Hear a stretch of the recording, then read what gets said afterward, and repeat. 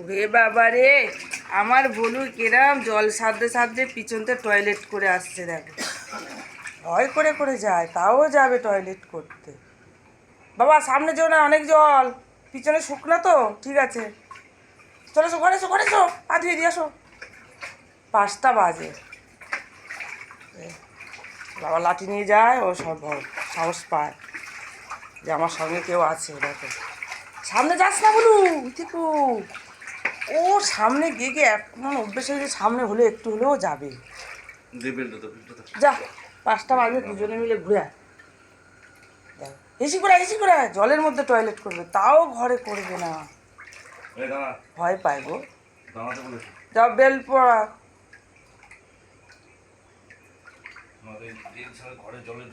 হ্যাঁ বেল ছাড়া ঘরে ঢুকে যাবে, ধুতে দেবে। সে আছে জল, নাও না, বেশি দূর নিয়ে যেও না গো, বেশি জল ঘাটিও না গো, জ্বর আসবে। আমাদের তো এমনি ঠান্ডা লেগে যাচ্ছে, আর ওরা এতবার করে নামে। বলো তাড়াতাড়ি করো, ওদিকে তো টয়লেট হয়ে গেছে, এদিকে একটু ঘুরেও ঘরে আসবে। এত বাইরে ঘুরতো, সেই সব ঘোরা বন্ধ হয়ে গেছে, তো কষ্ট না, এইভাবে থাকা যায়।